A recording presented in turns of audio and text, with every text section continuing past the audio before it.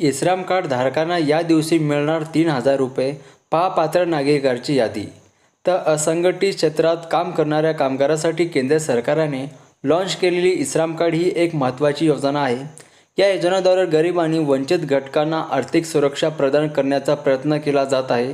E-Shram card योजनेचा मुख्य उद्देश संघटनात क्षेत्रातील कामगारांना लाभ मिळावा हा आहे. या योजनेअंतर्गत सरकार कामगार वर्गातील नागरिकांना दर महिन्याला 3,000 रुपयाची आर्थिक मदत करतो. सध्या केंद्र सरकारने या योजनेअंतर्गत नव्या हप्त्याची घोषणा केली असून इश्रम कार्ड धारकांना बँक खात्यात 2,000 रुपये जमा करण्यात आले आहेत. इश्रम कार्ड योजनेत लाभ घेण्यासाठी कामगारांना त्यांच्या बँक खात्यामध्ये DBTद्वारे त्यांच्या अकाउंटमध्ये पैसे टाकण्यात येतील. सक्षम करणे आवश्यकता आहे. एकदा ही स्थापित झालेल्या ते थेट सरकारकडून आर्थिक मदत येऊ शकतात.